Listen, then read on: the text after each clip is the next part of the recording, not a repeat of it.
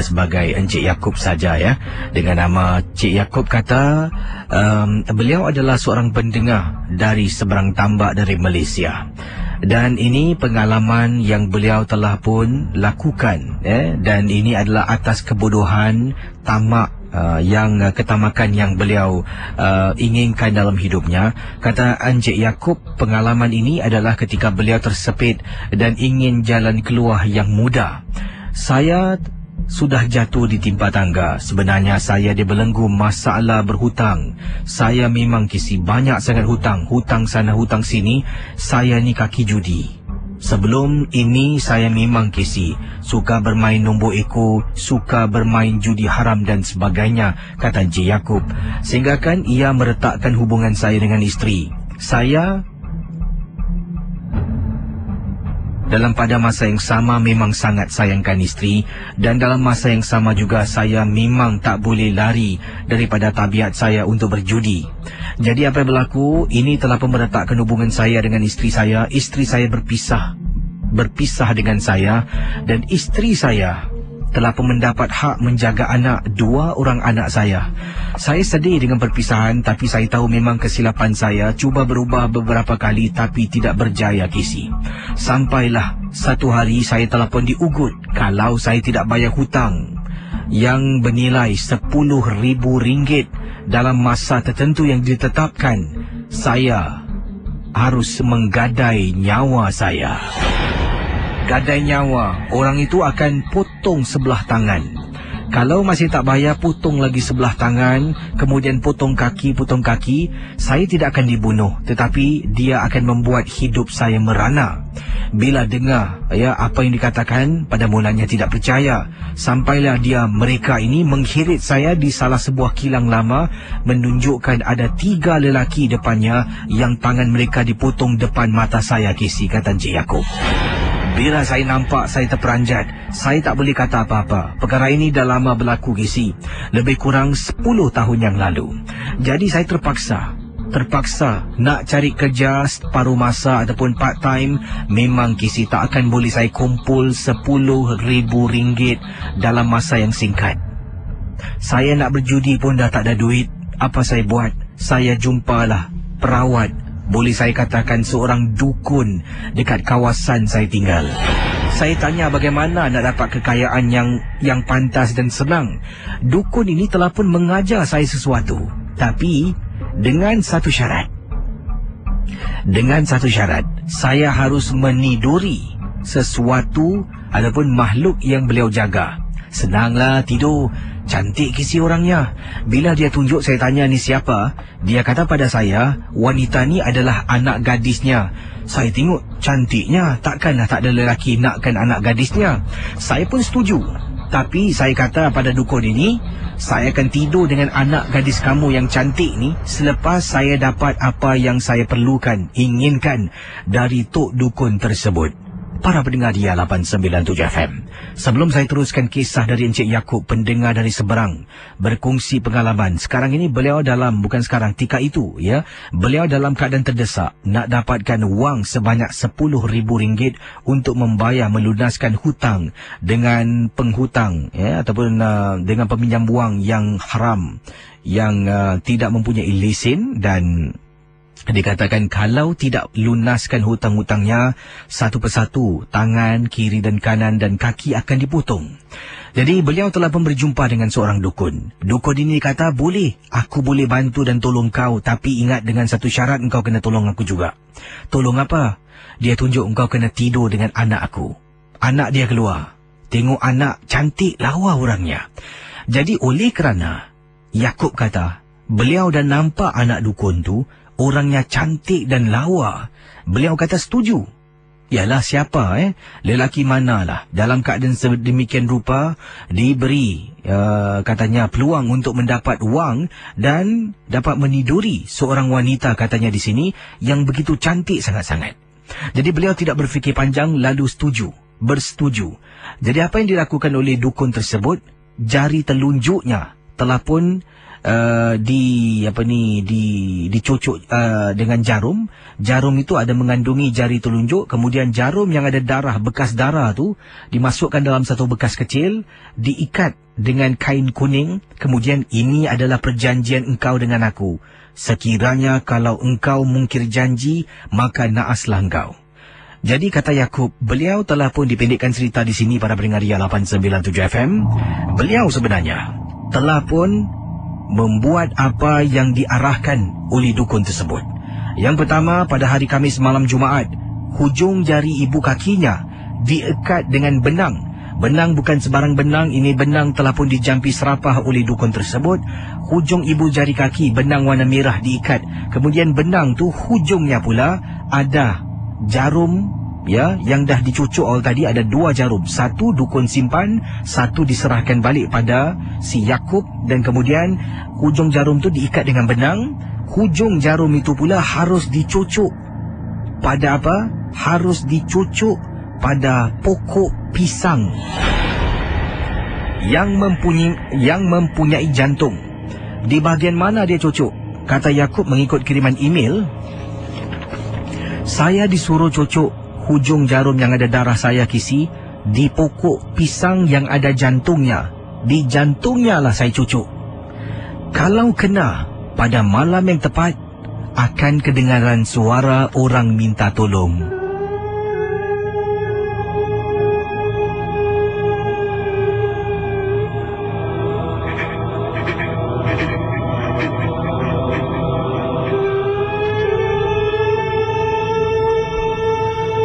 Para pendengar Ria 897, kata Yakub dipendekkan cerita, saya menang besar, Kisi, setelah saya minta makhluk yang saya perangkap itu, kalau saya nak lepaskan dia harus berikan saya kekayaan. Dia berikan saya numbu yang ada tertera pada batang pokok pisang. Dengan numbu itu, saya belilah numbu itu, kata Yakub. Apa yang berlaku, Kisi? Nak beli numbu itu yang besar, saya tak ada duit. Saya pinjam orang sana sini, semua tak nak kasih pinjam. Akhirnya ada seorang pakcik ni pinjamkan saya duitnya, Kisi. Saya beli nombor tersebut. Alangkah terperanjatnya, saya menang. Dengan jumlah yang besar, saya menang besar. Bila menang besar, semua hutang saya lunaskan. Akhirnya, saya teringat akan perjanjian saya dengan dukun untuk tidur dengan anaknya. Saya datang dengan rela hati-hati yang terbuka. Anak dukun tu lawa, Kisi. Siapa yang tak nak? Sampai dalam rumah dukun, saya masuk ke dalam. Saya kata terima kasih. Ini ada habuan untuk Pak Dukun kerana bantu saya. Tapi dia tak nak ambil duit saya. Kamu simpan duit kamu. Aku tak perlu duit kamu. Aku perlu janji kamu untuk tidur dengan anak aku. Saya tanya, mana anak Pak Dukun? Dia ada dalam bilik. Ingat, kamu jangan mungkir janji. Kalau kamu mungkir janji, naas kamu dibuatnya. Jadi saya masuk dalam bilik, nampak anaknya baring di atas katil. Kisi, saya masih teringat wajah pertama kali saya nampak bila saya jumpa dukun ini. Apabila saya buka pakaian saya, baring di atas katil, saya tarik bahunya. Alangkah terperanjatnya, Kisi. Muka dia punyalah hodoh, Kisi. Terkupik-kupik, mata terbeliak, lidah terkeluar dengan air liurnya melilih, menitis-nitis tanpa henti. Baunya baru dapat bau, Kisi, punyalah busuk macam bau nanah yang dah busuk, Kisi. Saya sampai nak muntah melihat wanita yang baring di atas katil. Apabila saya keluar, saya tanya, Pak Dukun, siapa tu pembantu? Pembantu siapa? Kisi nak tahu dia cakap apa? Itulah anak aku. Engkau dah janjikan nak tidur dengan dia? Tapi bila saya jumpa dia, muka dia lawa. Kenapa macam ni? Kalau aku kasih kau muka macam ni pertama kali kau jumpa, kau fikir kau nak tidur, nak buat janji dengan aku? Mestilah tidak, kan? Jadi aku kaburkan mata kau. Kau nampak yang cantik aja. Sekarang kau dah mungkir janji. Aku dah tunaikan janji aku pada engkau. Engkau tunaikan janji engkau pada aku. Kata Yakub, saya terus lari keluar, tak berani kisi. Para pendengar Ria 897 FM, perkara ini berlaku 10 tahun yang lalu. Sampai ke saat ini, kata Yakub, hidupnya sering dibelenggu. Pada malam-malam hari akan datang seorang perempuan di tingkap bilik, ketuk-ketuk tingkap. Katanya di sini, dia nak masuk untuk tunaikan janji. Dah macam-macam pakar saya jumpa, tapi tak seorang pun boleh bantu kisi. Kata Yakub, kerana kebanyakan dari mereka mengatakan, ini perjanjian saya dengan syaitan.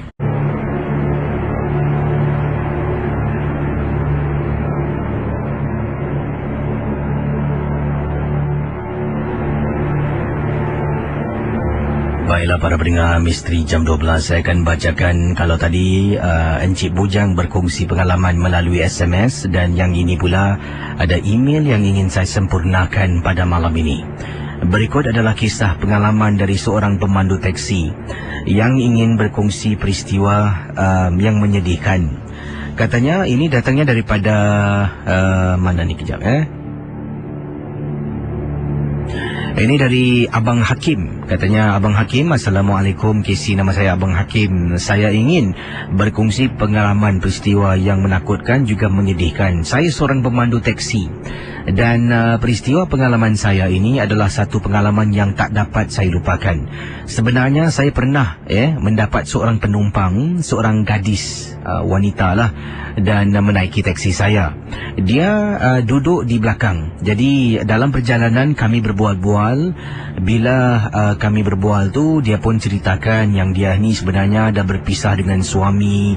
Dia seorang janda dan mempunyai seorang anak, dan macam-macam lah kisah sedih yang dia ceritakan. Memang sedih lah dengar pengalaman beliau bersama dengan bekas suaminya, yang suaminya ni telah pun meninggalkan beliau kerana seorang wanita. Jadi apa yang berlaku kisi, bila sampai ke destinasinya, saya pun nak turunkan dia lah. Dia pun bayar duit. Bila dia bayar duit pada saya, kemudian saya kasih duit balik. Bila saya kasih duit balik pada wanita ni, cara dia ambil duit dari saya, dia pegang tangan saya lama kisi. Dalam mungkin 2-3 saat dia pegang. Bila dia pegang, saya tengok dia, saya terperanjat. Jadi apa yang berlaku para pendengar Ria 897 FM? Kemudian saya tengok dia, lepas tu dia senyum, dia lepaskan. Dia ambil duitnya, dia keluar dari teksi. Kisi, sejak hari itu, saya tak boleh tidur malam. Setiap hari mesti saya akan teringatkan wanita yang saya pernah hantar menjadi penumpang saya pulang ke rumahnya.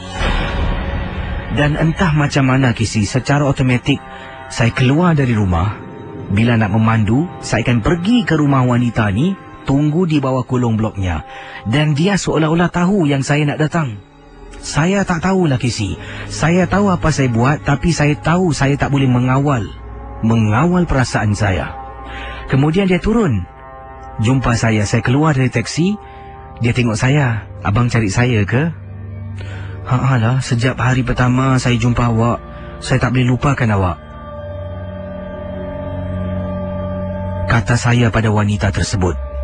Jadi apa yang berlaku, perkara ini berterusan untuk beberapa bulan tanpa isteri saya tahu. Sampai satu hari itu, isteri saya, biasalah kisi, seorang isteri mempunyai naluri lebih kuat dari kita seorang suami lelaki. Apa kesilapan, kesalahan yang kita sembunyikan, satu hari mereka pasti akan dapat tahu. Jadi isteri saya, kata Abang Hakim, telah pun syakwa sangka akan sesuatu. Apa yang berlaku bila saya keluar dari kerja untuk ke kerja, menaiki teksi, saya macam biasalah pergi rumah wanita ni, jumpa dengan dia, kasih dia duit, buang masa dengan dia duduk dalam rumah kisi. Isteri saya tak perasan ikut saya dengan adik saya yang memandu kenderaan dari belakang. Bila ketuk pintu, buka pintu, terperanjat nampak isteri dengan adik saya di luar. Isteri menangis, tanya kenapa, tapi saya tak tahu macam mana saya nak jelaskan tentang perbuatan saya ini. Akhirnya kisi, saya dah terkena santau. Dipendekkan cerita, kata Abang Hakim, santau yang wanita ni kenakan santau serbuk. Di jarinya diletakkan sejenis serbuk yang telah pun dibaca jambi serapah. Kemudian dia sentuh tangan saya, dia tarik. Itu waktunya dia menggisil santau serbuk kepada tangan, dan saya akan teringat-ingatkan dia.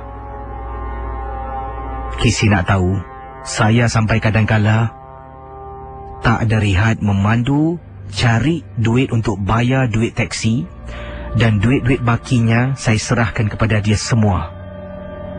Itulah peristiwa Kisi, sejarah hitam dalam hidup saya. Isteri saya dapat bantuan seorang ustaz yang memang baik, membantu saya. Saya sampai muntah, kata kata Abang Hakim, sampai muntah, keluar macam-macam benda kotor. Rupa-rupanya setelah dia menggisil tangan saya dengan serbuk santau, bila saya datang rumah, macam-macam benda dia dah kasih saya makan. Itulah pengalaman dari Abang Hakim. Terima kasih. Selamat tengah malam. Berikut ini, saudara, adalah kiriman daripada Fauzi berkongsi pengalaman beliau. Katanya, saya dengan beberapa orang sahabat ketika waktu itu saya berada dalam politeknik lah.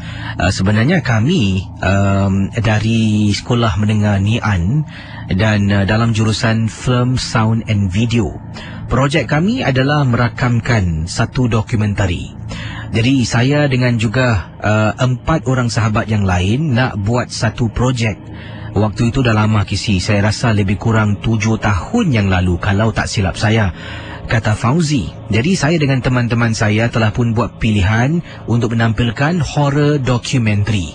Kami telah pun memilih sebuah embassy yang lama. Mungkin ada pernah pergi ke embassy yang disebutkan ini untuk menjalankan rakaman dokumentari dengan 5 orang teman untuk projek bagi jurusan kami lah, Film, Sound and Video, iaitu FSV, kata Fauzi.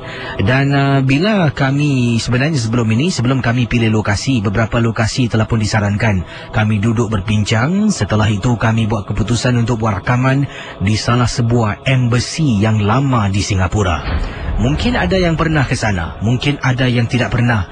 Tetapi bila sampai di sana, biasalah kalau nak buat dokumentari horror ni, mesti pilih waktu malam. Waktu malam selepas pukul 12.30 malam. Jadi 11 lebih kami dah sampai di luar kawasan tempat tu. Sebenarnya tempat tu tak boleh masuk.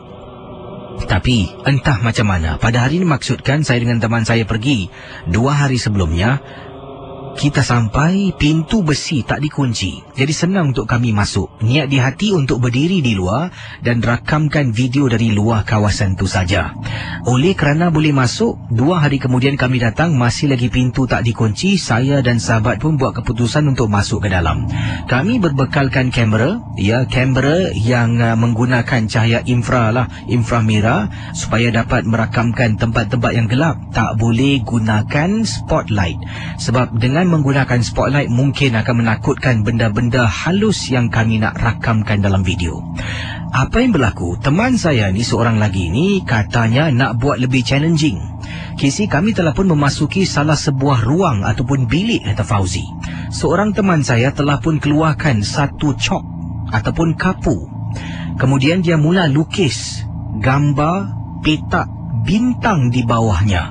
Saya tanya, kau buat apa? Teman saya ni orang Cina lah. Saya tanya, kau buat apa? Dia pun kata, kata nak buat dokumentari horror. Kita mesti undanglah benda-benda ni supaya datang dapat kita rakamkan. Saya marah dia, jangan buat macam ni. Kita cuba aja berdiri di sini dan cuba buat macam biasa. Dia kata tak best, tak thrill. Jadi saya dan seorang dari teman saya namanya Yas, kami pandang antara satu sama lain. Kami biarkan sajalah dia lakukan, sebab dia group leader, kata Fauzi. Jadi dia mula lukis bintang, petak bintang bulat. Kemudian dia keluarkan lilin dari bagnya. Dia letak lilin tu di penjuru bintang tersebut. Dia mula bakar. Dan perkara yang dia nak buat seterusnya menakutkan saya. Saya tanya, ni botol ni dalam apa? Dia kata ada darah ayam. Saya tanya, mana dapat? Dia kata, jangan tanya, kau rakamkan aja. Kisi, bila teman saya ni namanya Jonathan, telah pun tuangkan titisan darah ayam, entah dari mana dia dapat, dengan lilin dibakar. Kemudian Dia mula membaca sesuatu dalam bahasa Inggeris, memanggil-manggil. Bulu rumah saya dengan teman saya lagi seorang yang lagi satu, okey. Teman saya nama Yasni dah rapat dengan saya. Kami dua dah tak sedap hati, Casey. Baik-baik nak buat sesuatu yang simple untuk projek akhir tahun dan menjadi satu yang kompleks. Saya dah takut.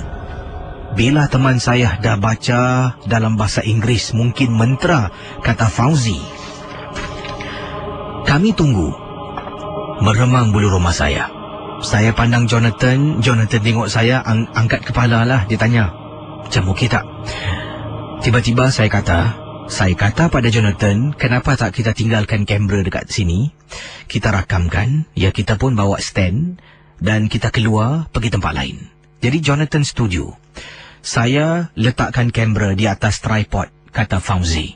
Kemudian teman yang lain cocok kabel, kita ada bawa monitor sekali. Kabel yang kita bawa tu panjang lah sampai dekat luar bangunan. Ada skrin monitor yang kecil. Kami duduk. Bila kami duduk, kami mula tunggu untuk sesuatu berlaku. Dalam bilik yang gelap hanya bercahayakan lampu lilin yang dibakar oleh Jonathan. Tiba-tiba, Casey, saya nampak ada benda merangkak perlahan-lahan. Benda tu keluar merangkak dalam gelap. Di dalam bilik itu ada dua pintu. Satu pintu yang baru kami masuk dan keluar. Satu lagi pintu entah menghala ke mana. Dari pintu yang tak tahu menghala ke mana, keluar sesuatu manusia saya rasa. Dalam keadaan merangkak macam komando crawl. Dia bukan merangkak macam bayi tapi macam komando crawl, kata teman kita Fauzi ni. Kemudian mula sampai dekat petak bintang dan menjilat titisan darah yang telah pun dituang oleh teman saya Jonathan. Jonathan ketika itu sedang berbual dengan seorang lagi sahabat saya. Joe, look at this. Joe, look at this. Teman saya dengan, what the? Teman saya terperanjat, saya pun terkejut, kata Fauzi. Kemudian sahabat saya Yus, bro, ni benda apa ni bro? Kita semua tercengang tak tahu nak buat apa ni, Casey. Lama benda tu dekat dalam, lebih kurang 10-15 minit. Kemudian dia merangkak keluar, masuk ke pintu yang sama dia masuk.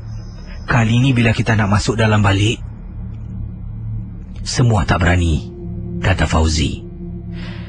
Setelah 1 jam kami cuba tenangkan diri, kami masuk angkat, bintang tu pun kami tak padam, kata Fauzi. Kami keluar, angkat kamera, keluar daripada kawasan tu, naik kenderaan yang dipandu oleh teman saya dan beredah dari kawasan itu.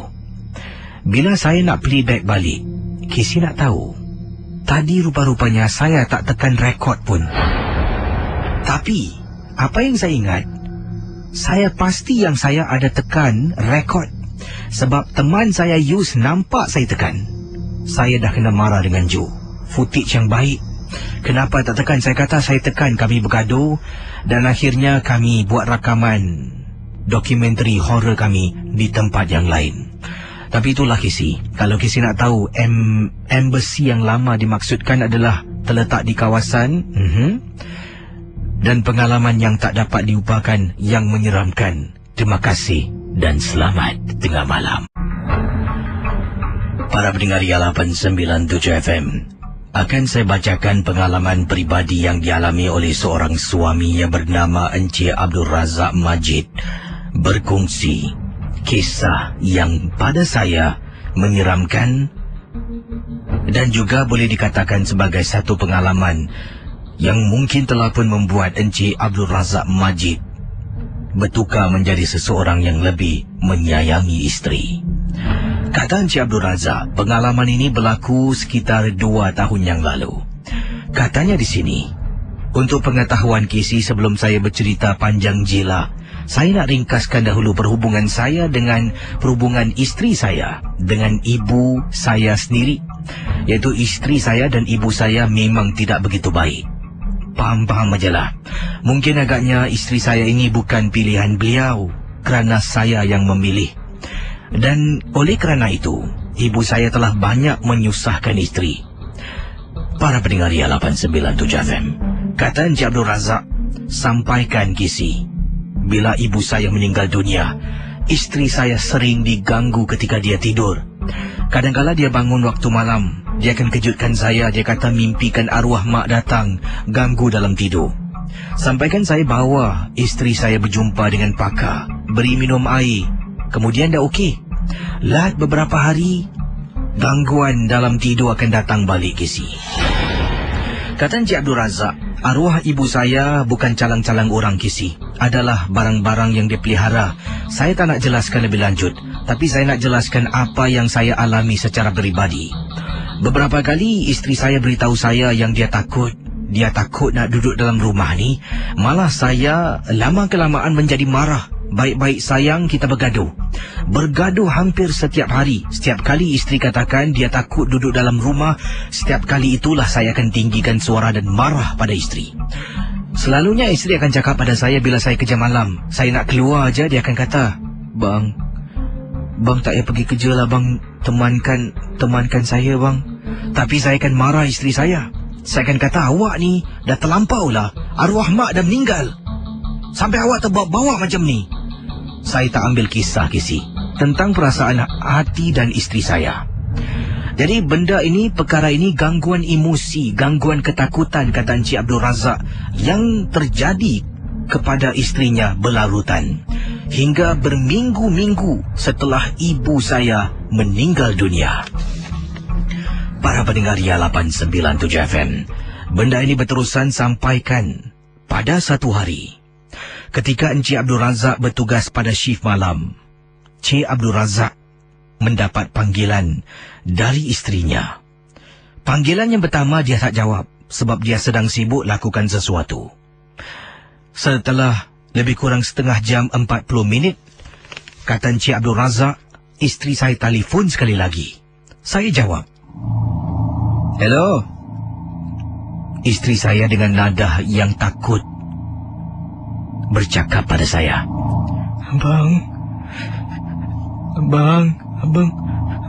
Abang balik sekarang boleh bang?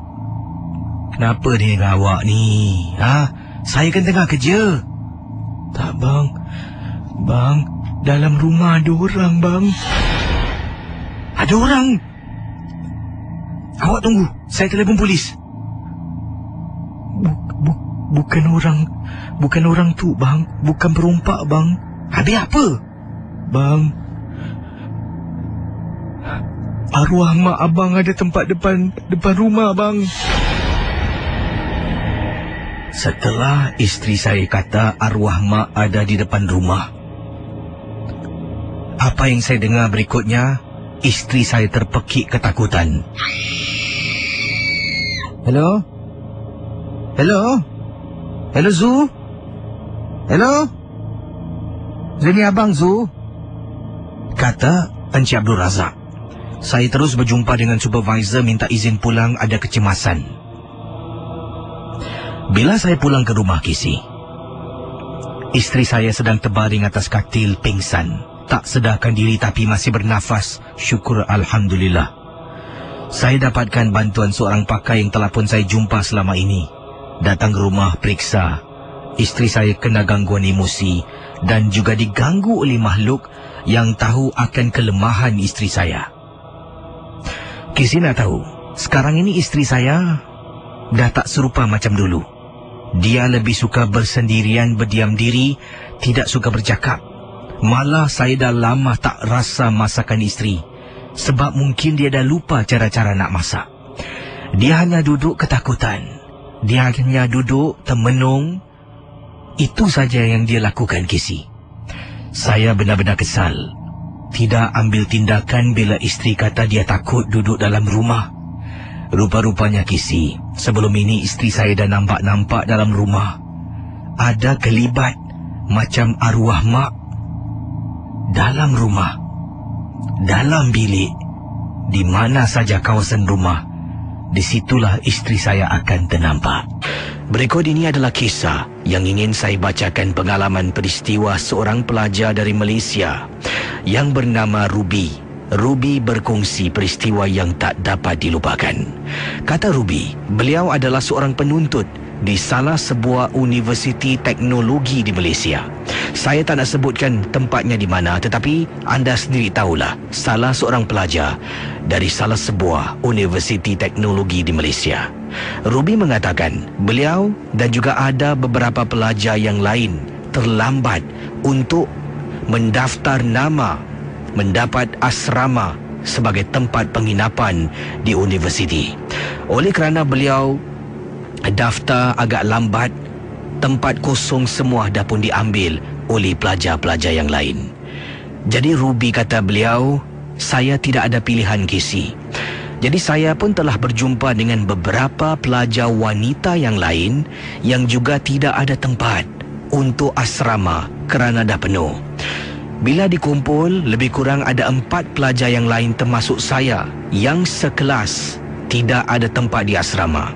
Kami berlima, termasuk saya 5 orang, telah pun keliling kota untuk mencari rumah sewa. Antara kriteria menjadi keutamaan adalah sewa. Sewa yang murah, berdekatan dengan sekolah dan transportasi pengangkutan awam yang mudah membawa kami dari rumah ke sekolah kami. Jadi itulah yang menjadi keutamaan. Cari punya cari, akhirnya kami jumpa sebuah kondominium di tingkat 7. Penghuninya tidak duduk di sana. Ini pun seorang teman telah pun rekomendasikan kerana bertanya kepada pasangan lelakinya dan kenal dengan pasangan ini yang nak mencari penyewa. Kami telah pun mendapat tawaran yang baik. 5 orang duduk di bawah satu bumbung gisi. Rakan-rakan semua sekolah yang sama, kelas yang sama, memang seronok. Bila sampai di rumah ataupun di kondominium yang dimaksudkan, memang cantik. Tapi Casey, kondominium ini agak terpencil dalam sedikit. Tapi nasib baiklah, ada bas shuttle service yang disiapkan oleh pihak kondominium. Dihantar ke pusat bandar, barulah kami akan tukar bas. Berbalik pada pengalaman dalam rumah yang dikatakan ini, kami pada mulanya tidak tahu. Salah seorang daripada kami, iaitu 5 pelajar ini, salah seorang dari kami mempunyai keupayaan untuk melihat makhluk-makhluk gaib. Bukan senang, tetapi pada masa-masa tertentu. Teman saya ni yang bernama Safia boleh melihat kehadiran makhluk gaib apabila badannya tidak bersih.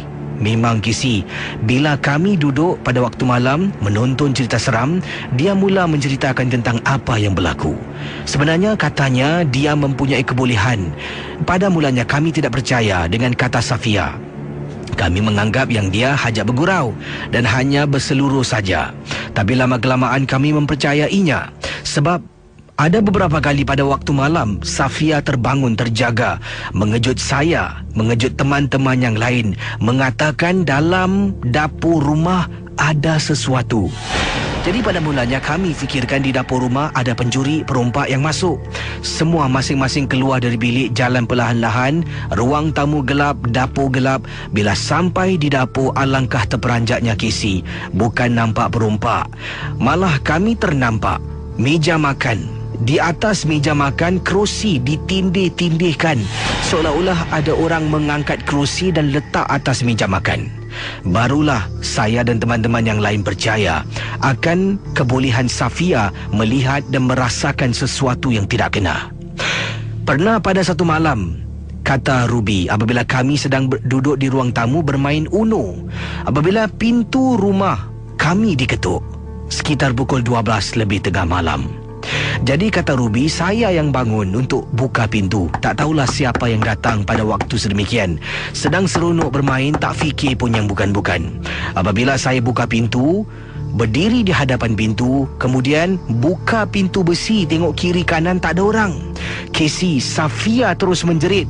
Saya dan teman-teman terperanjat bila pusing ke belakang dan melihat, kenapa ni dengan kau? Ruby, tutup pintu Ruby, benda tu depan kau Ruby. Casey, meremang bulu rumah saya Casey. Apabila Safia mengatakan benda tu depan saya terus tak tutup pintu besi, hempas pintu kayu. Kemudian sesaat saya kembali duduk bersama dengan rakan-rakan yang sedang sebelum ini seronok bermain Uno. Kita semua berhenti dan tergamam seketika. Masing-masing pandang antara satu sama lain. Dan Casey saat itu juga, kata Ruby, pintu kondominium kami dicakar-cakar beberapa kali, seolah-olah ada benda yang berada di luar rumah. Bayangkan para pendengar Ria 897. Dalam kondominium itu ada 3 bilik tidur. Jadi 2 teman sekolah tidur di satu bilik yang sama, 3 orang tidur di satu bilik yang sama. Tapi bila jadinya pengalaman tersebut, masing-masing berkumpul di dalam satu bilik kerana penampakan yang dilihat oleh Safia bila berada di sekolah. Setelah tamatnya selesai kuliah kami, saya dan rakan-rakan bilik yang lain berkumpul di satu sudut di sekolah dan bertanyakan pada Safia sebenarnya apa yang dia nampak semalam. Pada mulanya Casey, Safia mati-mati tak nak beritahu, enggan beritahu kami apakah yang dia lihat di hadapan pintu. Kami pun takut dan kami katanya kami ingin tahu sebenarnya apa yang dia nampak. Akhirnya, wah, meremang bulu rusuk rumah saya. Akhirnya, Safia memberitahu.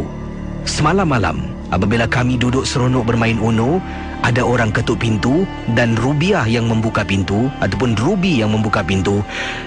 Safia kata di hadapan pintu rumah berdiri seorang wanita. Rambutnya panjang.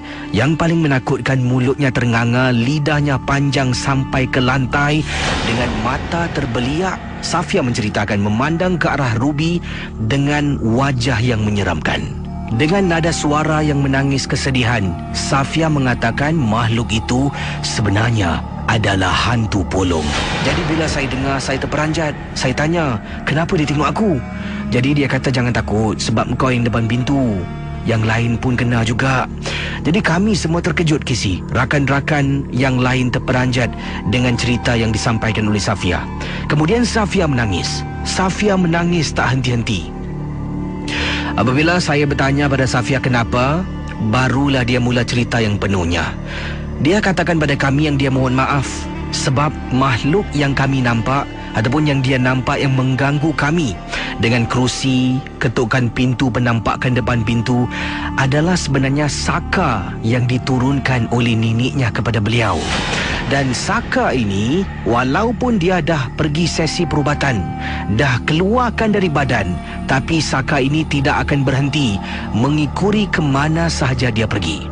Bila saya dan rakan-rakan yang lain dengar, kami istighfar dan terperanjat. Dan Safia terus menangis, katanya tolonglah, tolonglah, jangan buang aku dari bilik. Aku dah tak ada tempat lain lagi lah, tolonglah. Oleh kerana kami berperi kemanusiaan, kami sebulat suara membenarkan Safia bersama dengan kami. Dan Casey, sepanjang Safia tinggal bersama dengan kami sepanjang itulah, setiap malam pasti akan dengar dekat tingkap bilik beberapa kali Casey nampak kibaran kain putih, dengar suara orang minta tolong. Dan kemudian salah seorang teman saya mengatakan yang dia terbangun di waktu malam kerana dengar orang beri salam. Assalamualaikum. Bila dia bangun, dia terperanjat. Apabila kelihatan seorang lagi rakan dah tak ada. Rakan tu bangun tak kejutkan dia sehinggakan dia tidur seorang diri. Keesokan pagi bila tanya kenapa dia berpindah bilik, tak kejutkan teman Yati, dan dia mengatakan dia kejut Yati. Yati kata tak apa, kau pergi tidur bilik sebelah, aku nak tidur sini sorang-sorang. Dalam keadaan yang menyeramkan. Jadi siapa yang nak pergi kejut lagi? Teman saya ini pun katanya terus mengangkat bantal dan tidur bersama teman kami yang lain. Dan Casey, inilah pengalaman peristiwa yang dikirimkan dari seorang pendengar yang bernama Ruby, pelajar dari teknologi, Universiti Teknologi di Malaysia. Terima kasih dan selamat tengah malam. Baik, saya akan bacakan para pendengar misteri jam 12 kisah yang pertama pada tengah malam ini. Dan ini adalah kiriman SMS dari seorang ayah dan juga istrinya, seorang ibu, berkongsi pengalaman yang cukup menyeramkan. Nama beliau Dino. Kata Dino, pengalaman yang cukup menyeramkan ini berlaku kepada dirinya. Kes ini berlaku tahun lepas. Setelah arwah ibu isteri saya, iaitu mak mentua saya, meninggal dunia. Anak saya begitu rapat dengan mak mentua, dengan neneknya lah, senang kata Dino. Dan bila arwah neneknya meninggal dunia tahun lepas, anak saya yang berusia 7 tahun demam selama seminggu. Teringatkan nenek termenung, sentiasa teringatkan neneknya. akan tanya, nenek pergi mana? Nenek pergi mana? Kita kata nenek telah pun kembali ke rahmatullah. Saya cuba didik dengan cara betul, tapi isteri saya seringkali nak cuba bohong, nak cuba menipu ataupun tipu hela lah, supaya anak kami ni tidaklah terasa rindu. Tapi saya rasa, kata Dino, itu cara yang salah. Kisi, sebelum saya teruskan bercerita, bolehkah Kisi tanya para pendengar misteri jam 12? Mungkin kalau mereka ada seorang anak itu rapat dengan nenek dan nenek meninggal dunia. Kalau dia tanya ke mana nenek pergi, adakah patut kita bilang nenek dah meninggal dan dia akan terus bersedih, ataupun patut kita tipu? Kita tipu mengatakan nenek bercuti, nenek dah berpindah, macam apa yang dikatakan oleh isteri. Setiap kali bila saya cuba jelaskan yang benar, isteri saya marah. Abang, budak kecil masih belum tahu terima mati hidup. Abang boleh tak jangan cakap macam tu? Tapi Kisi, sebagai ibu bapa adalah tanggungjawab kita, kata Dino, untuk mendidik anak kita mana yang benar dan mana yang salah. Jadi para pendengar Ria 897, apa kata anda? Mungkin anda ada seorang anak yang begitu rapat dengan nenek, dan kalau masanya tiba, adakah anda akan beritahu hal yang sebenar nenek dah meninggal dunia, ataupun tipu hela macam dilakukan oleh isteri Encik Dino? Jadi diteruskan. Anak saya Kisi bukan setakat seminggu, malah dah masuk 2 minggu masih belum pulih daripada rasa rindu terhadap neneknya. Dia bersekolah, usianya 7 tahun, darjah 1. Sampaikan guru memanggil saya dan isteri datang berjumpa dengan dia. Pelajaran anak saya merosot dalam kelas. Dah tak ambil bahagian kalau selalunya dia antara mereka yang nak jawab soalan-soalan yang ditanya oleh guru. Tapi malah kata guru kebelakangan ini, anak saya berdiam diri, termenung.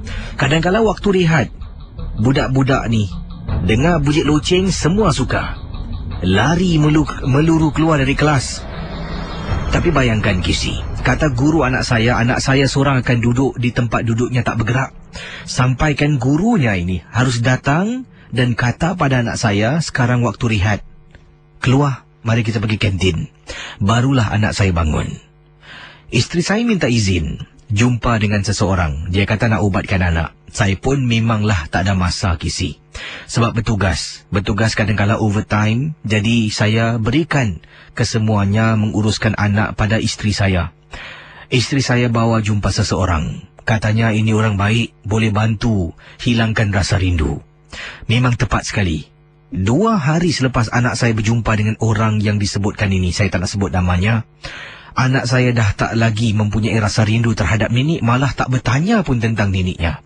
Saya dengan isteri menjadi gembira sangat. Saya tanya isteri, siapa awak jumpa? Adalah bang, orang ni bagus bang. Ini yang kenalkan saya, Kak Siti. Kak Siti adalah kakak ipar saya Kisi, kakak kepada isteri saya. Jadi saya pun buat bodoh lah. Saya pun tak layan, ya, kerana anak saya dah kembali macam biasa. Di sekolah pun semakin hari semakin baik. Laporan dari guru mengatakan anak saya dah menunjukkan peningkatan. Daripada duduk diam, sekarang ini dah berinteraksi dalam kelas. Sebagai seorang ayah memang cukup gembira. Benda ini berterusan Kisi, nak dekat sebulan. Pada pendengar Ria 897 FM. Kisi, sepandai-pandai tupai melompat, akhirnya jatuh ke tanah jua. Kata Encik Dino, dengan izin Allah, dengan kuasa Tuhan, saya balik tugas malam. Saya masuk rumah gelap, biasalah orang tidur, hanya lampu dapur yang menyala. Saya tutup pintu, letakkan sepatu di dalam almari kasut, saya jalan perlahan-lahan. Tiba-tiba saya dengar orang berbual. Bukan hantu. Yang saya dengar tu suara anak saya berbual dengan seseorang. Saya tengok jam di dinding, dah pukul 1 pagi. Kenapa anak belum tidur? Bila saya nak dekat, saya dengar dia kata apa? Nek, sinilah tidur nek. Saya tersentak Kisi, anak saya panggil sebut nama neneknya tidur bersama dengan dia di atas katil. Saya tak nak buka pintu dulu. Saya diri lama depan pintu. Anak saya kata apa, Kisi? Nik, kenapa Nenek malam-malam datang tidur dengan saya? Selalu Nenek muka marah-marah. Saya pegang pintu, nak buka pintu tu, Kisi. Meremang bulu roma, kata Encik Dino. Saya baca istighfar 3 kali. Saya buka sambil selawat. Anak saya sedang duduk bersila di atas katil. Belum lagi tidur.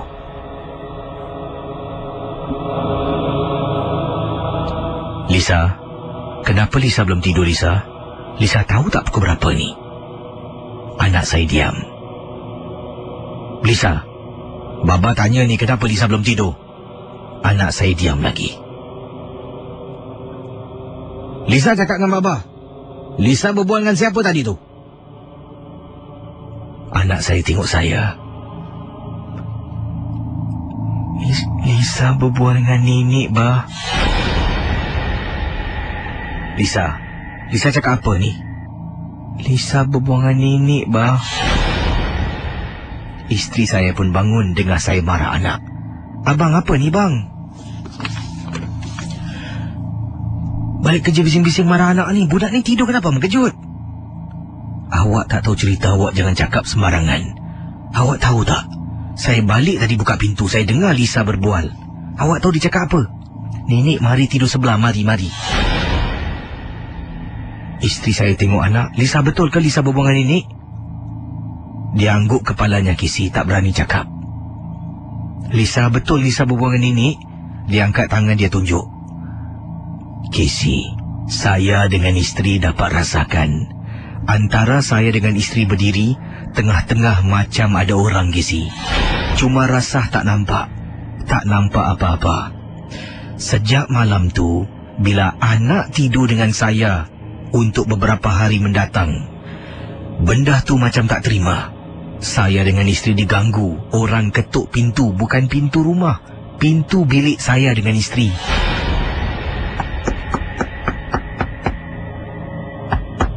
Lisa, Nenek datang. Buka pintu, Lisa. Anak saya mula rasa takut. Barulah dia tahu yang sebenarnya setiap malam datang bukan neneknya. Dipendekkan cerita, selidik punya selidik, kata Encik Dino. Rupa-rupanya orang pakar yang isteri saya jumpa ni, Kisi, telah pun seolah-olah memuja korin kepada arwah nenek supaya mendampingi anak saya. Sebab itulah hilang rasa rindu. Anak saya dah jumpa neneknya setiap malam. Pengalaman Kak Sauda yang katanya cukup-cukup kesal kerana tidur di bajet hotel. Suami memang tak setuju, kata Kak Sauda lah.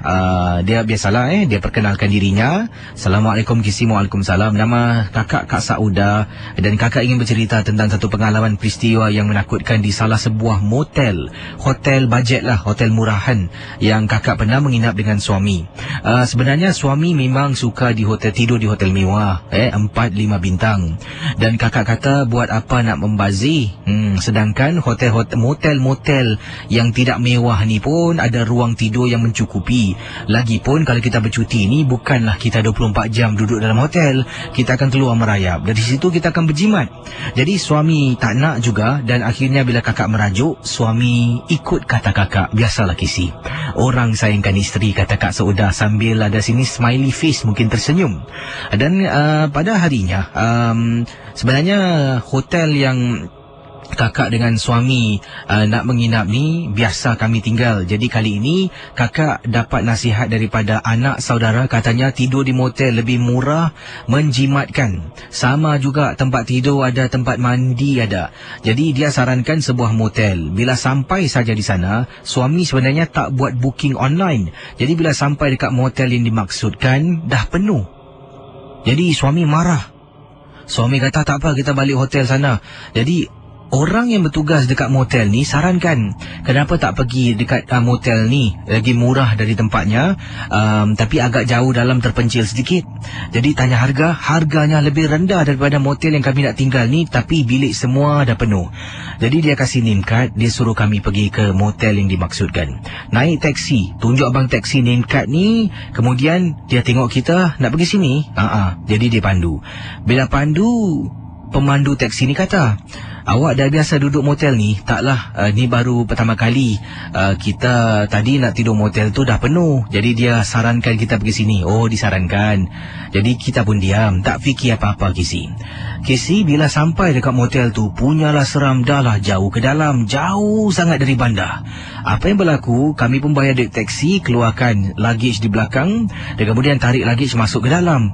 Tempatnya, hai Kisi, lampu ada tapi tetap gelap. Masuk dalam, kami kata nak 2 bilik, dia tunjuk kami, bilik kami tingkat 3. Jadi, motel tersebut tak ada lift, terpaksalah angkat beg kami, yang berat-berat tu naik ke atas, tak ada pun orang yang nak bantu, nak murah sangat. Satu, dah kesal.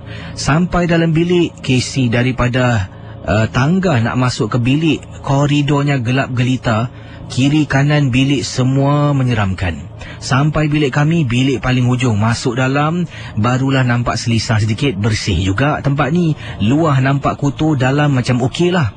Jadi kata Kak Saudah, akhirnya suami kakak kata dia penat nak mandi. Sebab kami dah penat ke sana sini, suami pun masuk tandas mandi. Kakak ni sedang duduk di katil, sambil itu keluarkan pakaian-pakaian lah untuk kakak salin bila kakak dah habis mandi, kata Kak Saudah. Jadi Kisi, waktu itu dah pukul 4 lebih petang, dah masuk waktu asar. Suami pun dah habis mandi, kakak punya turn mandi. Kemudian kami berdua keluar dari hotel cari makan. Tanya mana kedai makan, orang yang menjaga kaunter kata ada dekat sini. Dia beri kami lah bagaimana nak ke sana. Pergi ke sana, oleh kerana tempatnya tak bersih, kakak bungkus dengan suami nak balik hotel makan. Bila kami sampai hotel, dah masuk maghrib, 7 lebih malam.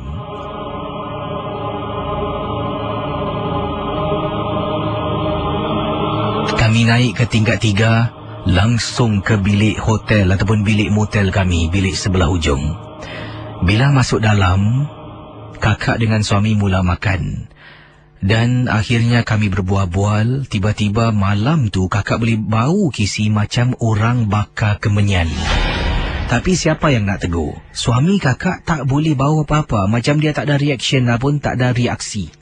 Kakak diamlah, takkan nak pergi tegur. Dah bau kemenyan, makin kuat Kisi. Wangi dan harum bau kemenyan. Jadi akhirnya malam tiba, suami dah penat, suami tidur. Kakak pun tertidur atas katil. Kami tidur dan tidur dan tidur. Kakak tak pasti pukul berapa kakak terbangun. Bila kakak terbangun Kisi, para pendengar Ria 897, dari katil tidur Kak Saudah menghadap ke depan. Depan tu adalah tembok. Tembok tu ada kaca TV. Sebelah kiri tembok ada pintu nak masuk ke tandas. Kak Saudah terbangun tak pasti pukul berapa. Bila Kak Saudah terbangun, terdengar bunyi benda bergerak. Gedeg-gedeg-gedeg macam itulah, kata Kak Saudah. Bila kakak cuba dengar dan perhatikan, Kisi, kakak nampak Kisi ada perempuan merangkak keluar dari bawah katil, merangkak masuk ke dalam tandas motel yang kakak dengan suami sewa. Bila kakak nampak benda tu merangkak Kisi, kakak terkejut. Kakak kejutkan suami. Bang, bangun bang. Bang, bangun bang. Kisi, suami berselubung dengan selimut. Bang, bangun bang. Kakak dengar dekat tandas bunyi orang flush air. Suami keluar dari tandas. Kakak tengok tepi. Tepi tak ada suami Kisi. Kakak terus menangis. Suami tanya kenapa. Takkan nak cakap dalam bilik ada hantu. Kakak kata kakak mimpi seram. Kakak nak tukar, tak nak tidur hotel ni lagi. Paginya Kisi, suami terpaksa ikut kata kakak. kata Kak Saudah. Akhirnya kami tinggal di hotel 5 bintang yang biasa kami sewa. Itulah pengalaman Kisi. Tidur di motel murah, murah buruk, motel yang berhantu. Itu dia saudara, kisah dari Kak Saudah berkongsi. Kedua kisah yang pertama ini adalah kisah tentang hotel. Dan memang menyeramkan kalau anda sedang tidur malam dalam bilik hotel, bila terbangun nampak ada perempuan merangkak keluar dari bawah katil seolah-olah menuju ke arah nak masuk ke dalam tandas. Okey, ini respon kepada 2 email hotel yang saya terima daripada Encik Ucup. Kata, Assalamualaikum Kisi. Waalaikumsalam. Saya seorang pemandu teksi. Kata Encik Ucup, minat sangat dengan misteri Jam 12. Terima kasih Encik Ucup. Walaupun saya bertugas malam memandu, tapi sejauh ini syukur Alhamdulillah tidak ada benda-benda yang menyeramkan berlaku. Takut-takut sikit adalah kadang-kadang sedang memandu dan kalau saya mengantuk, saya suka buka tingkap. Dapatkan angin tiup kena muka tu baru terbangun. Dan kadang kalau bila saya memandu tempat-tempat yang sunyi sepi ni, ada bauan wangi. Bila bau wangi terus saya tutup tingkap balik, tak jadi. Tapi apa yang saya nak ceritakan, kata Cik Ucup, saya dengan isteri pernah menginap di salah sebuah kalau tadi kisahnya hotel murah, ini Kisi hotelnya 4 bintang. Saya dengan isteri tinggal tingkat antara tingkat paling tinggi lah. Dan saya tak nak sebut nama tempatnya. Kata Cik Ucup, tengah-tengah malam Kisi saya sedang tidur. Isteri saya kejutkan, bisik dekat telinga sambil tarik selimut tutup muka saya dengan dia. Jadi saya terperanjat lah bila tengok isteri dalam keadaan sedemikian rupa, kata Encik Ucup. Jadi saya tanya, saya pun bisik pasal isteri bisik. Bang, bangun bang. Bang. Saya terbangun. Pasal awak bisik-bisik apa awak tarik selimut ni? Bang, abang jangan tarik selimut. Abang jangan tengok dekat tingkap bang. Apa awak meripik ni? Kata Encik Ucup lah. Saya tarik selimut pelan-pelan. Mula-mula tengok tak nampak apa-apa. Makin lama makin tarik, makin bawah. Kisi, anak beranak sedang diri tengok kami sedang tidur. Saya ternampak, astagfirullahaladzim. Saya tarik balik selimut. Isteri saya, bang, apa tu bang? Awak nampak tak? Saya tak tahulah. Saya tak tahu. Tak apa, tidur. Saya dengan isteri tidur berselubung, Kisi. Dengan selimut saya tarik sampai ke pagi. Tak tahu apa yang kami nampak. Malam tu Kisi nak tidur, rasa takut, kami tidur buka lampu. Hairan bila hidupkan lampu dia tak menjelma. Tapi syukurlah, Alhamdulillah, gangguan setakat macam tu lah. Berikut ini adalah kisah pengalaman juga dari kiriman email yang akan saya bacakan. Kalau tadi di Johor, kini kita kembali ke Singapura. Pengalaman ini adalah kisah yang berlaku di salah sebuah kawasan estet perumahan yang dipanggil Bukit Purmai. Saya dah pernah bukan pernah singgah tapi lalu dekat kawasan Bukit Purmai. Dan mungkin untuk pendengar-pendengar bukan pendengar di Singapura lah, dari seberang yang tak tahu, Bukit Purmai ini adalah estet-estet perumahan di Singapura yang agak lama. Lama sangat. Mungkin dah wujud 30 tahun yang lalu. Macam itulah, 30-40 tahun yang lalu, sebelum Singapura dibangunkan dengan begitu pesat lah. Jadi estet-estet perumahan di Bukit Purmai ini dikaitkan dengan tempat yang sunyi sepi lah. Dan rumah-rumah kebanyakan di atas-atas bukit lah. Bukit tinggi-tinggi. Jadi itulah tanah perumahan di kawasan rumah-rumah flat, rumah-rumah pangsa di Bukit Purmai. Ini adalah kisah daripada dari Farhana berkongsi pengalaman beliau. Katanya, Assalamualaikum Kisi. Waalaikumsalam warahmatullahi ta'ala wabarakatuh. Nama saya Farhana. Perkara ini berlaku ketika saya beliau kirimkan email dan perkataan ini ditulis dalam emailnya, ditype dengan menggunakan huruf besar. Apabila, kata Farhana, perkara ini berlaku apabila saya, huruf besar semuanya, terpaksa, bayangkan, tinggal di rumah makcik saudara saya. Oleh kerana saya ni masih bersekolah. Dan sebenarnya apa yang berlaku, ibu, ayah dan abang saya telah pun pergi ke seberang tambak. Bila pergi ke seberang tambak, saya tak boleh ikut sebab saya bersekolah dan waktu itu musim peperiksaan, kata Farhana. Jadi saya tinggal bersama dengan makcik saya dan makcik saudara saya yang menetap di kawasan Bukit Purmai. Saya dah pernah pergi sana pun beberapa kali, tapi selalunya pergi dengan ibu dan ayah, kemudian pulang. Saya memang tak suka kawasan itu. Satu, sunyi sepi Casey. Yang kedua, terlampau sangat laid back. Jadi susah lah Casey. Rumah makcik saya ni pun tak ada internet, jadi kalau duduk sana untuk 2 hari, saya boleh keras, kata Farhana. Abang ayah Casey, terpaksa saya pergi kerana tak ada orang di rumah. Walaupun saya kata pada ibu yang saya boleh duduk rumah seorang diri, dia tak nak, takut apa-apa berlaku pada saya. Akhirnya, hari bila ibu berangkat, saya dihantar ke Bukit Perumai, rumah makcik saudara saya. Bila sampai di sana, saya pun tidur di sana untuk 2 hari. Ibu dan ayah pergi hari Khamis pada petangnya. Saya balik sekolah petang pukul 4, ibu hantar dan akan pulang ke Singapura pada hari Sabtu akan datang. Jadi pastinya saya tak boleh ikut, kata Farhana. Duduk rumah makcik saya. Makcik saudara saya ni ada seorang, ada dalam rumahnya, mak mentuanya duduk tinggal bersama dengan dia. Tapi mak mentuanya dah terlampau tua.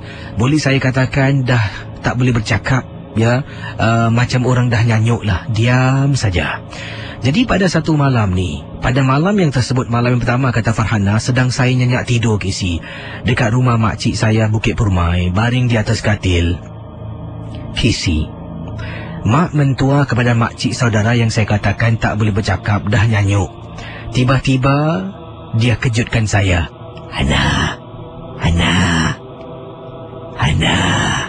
bangunlah. Bangunlah. Bila saya buka mata, terperanjat. Nampak, boleh saya panggil dia nenek saudara lah. Sedang kejutkan saya. Saya terkejut, ni apa ni? Takut kau orang ni. Nah, Casey, bila saya tengok sebelah kiri adalah tingkap. Tingkap itu menghadap koridor rumah.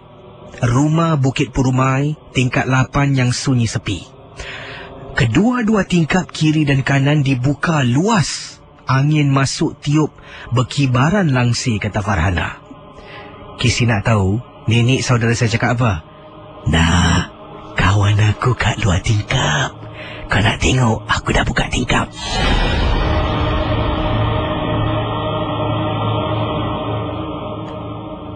Casey, bila nenek saudara saya bercakap macam tu, katanya kawannya di luar tingkap. Saya tengok tingkap terbuka luas, angin tiup, langsir berkibaran. Saya pun kata, nenek, jangan main-main lah, Nek. Nah, kau tengok tu kat tingkap, nah. Dia nak masuk.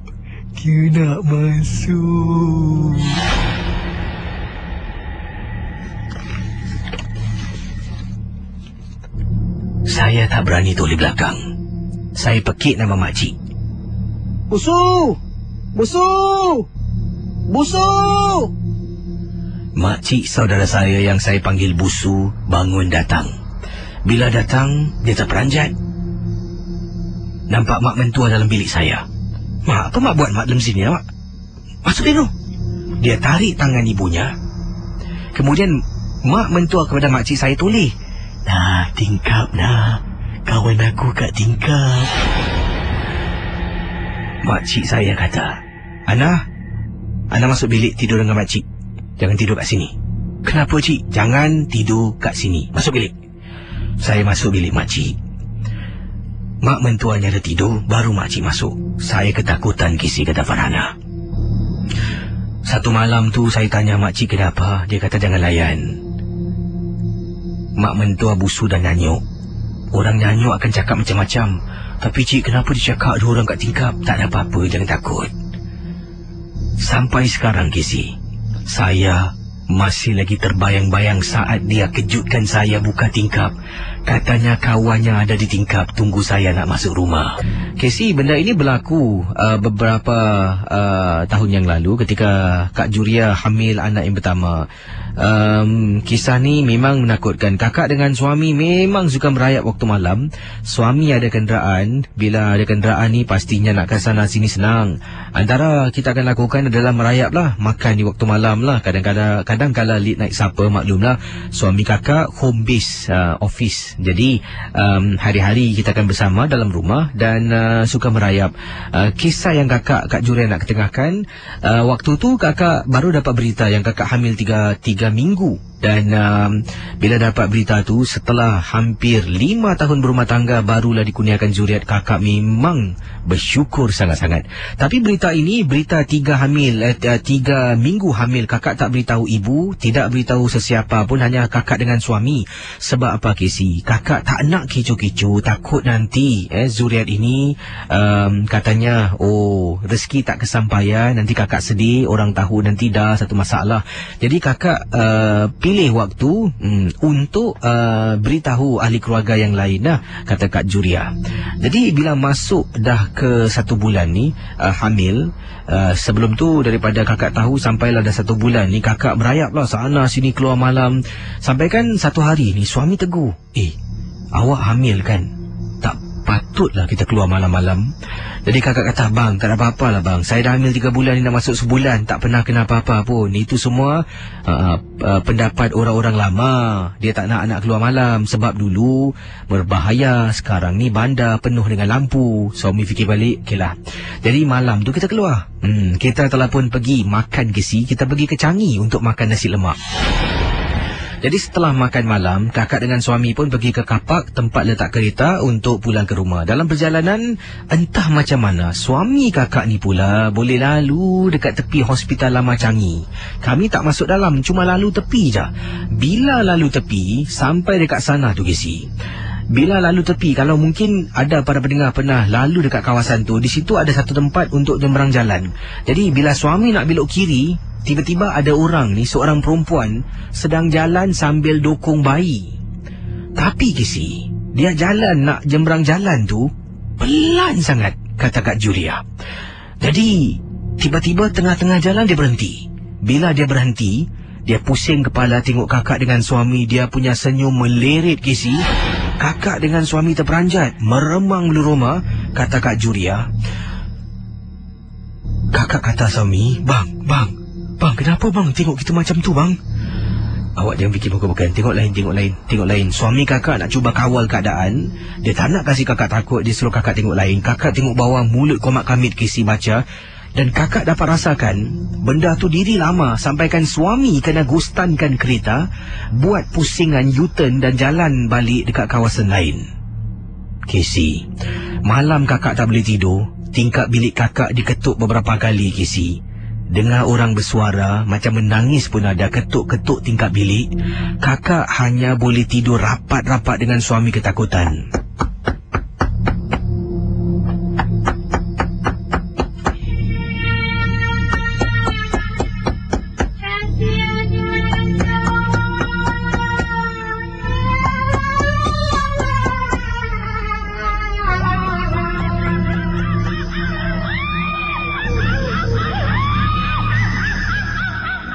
Dengaria 897.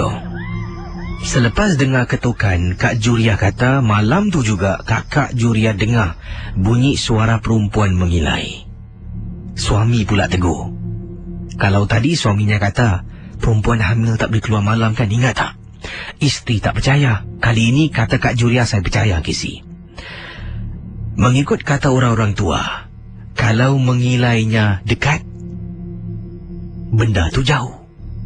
Malam tu kakak dengar mengilainya jauh, benda tu dekat. Selalunya kalau kita dengar melakukan perkara-perkara yang boleh saya katakan nakal, mischievous lah, adalah mungkin budak-budak remaja. Tapi kali ini kiriman SMS yang saya nak bacakan ni adalah pengakuan seorang ibu. Dan katanya memang niat di hati bukan nak cari hantu, bukan nak jumpa, bukan nak apa pun.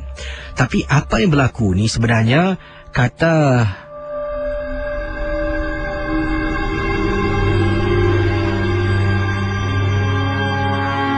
okey, ini kisah daripada Kak Mazlin. Kata Kak Mazlin, Casey, kakak ingin bercerita sesuatu. Ini berlaku 2 minggu yang lalu. Dan 2 minggu yang lalu, anak saudara kakak telah pun mengadakan satu barbecue di salah sebuah kawasan di Pasir Ris. Bila di sana tu ramai anak-anak saudara yang datang dan juga kakak dengan suami pun turut hadir sama-sama menyambut hari lahir anak saudara. Bila malam tiba sekitar 11 lebih kisi. Kawasan tu Pasir Ris memang sunyi sepi. Dan kalau malam memang gelap tapi sama-sama nampak lampu-lampu di taman yang dimaksudkan di Pasir Ris. Kakak dengan anak-anak saudara tiba-tiba suami tak ikut. Kakak dengan beberapa anak saudara yang lain, kalau tak silap kakak lebih kurang dalam 7-8 orang. Kami sebenarnya berjalan kaki, jalan bersia-sia. Seorang anak saudara ni lah suggest sarankan kita pergi adventure dekat Pasir Ris Park. Jadi semua setuju sebab kami semua adalah peminat rancangan MJ12. Jadi dari situlah kami terangsang, inspired untuk pergi ke tempat-tempat di waktu malam ni lah. Jadi kita mulakan perjalanan. Jalan punya jalan mula-mula lalu dekat stable kuda dekat Pasir Ris. Jadi nampak kuda berbual-bual, tengok kuda sana, tak tahu pun kisi sana ada stable kuda. Jadi bila jalan sekali sampai hujung tu ada satu kawasan ni, kata anak saudara, inilah tempat dipanggil Pasir Ris Swamp Park. Tempatnya gelap. Dalam tu, kalau di luar, kata akak kita, Kak Mazlin, di luar taman tu ada juga lampu-lampu yang kita lihat, tiang-tiang lampu. Dalam kawasan Pasir Ris Swamp ni langsung tak ada lampu.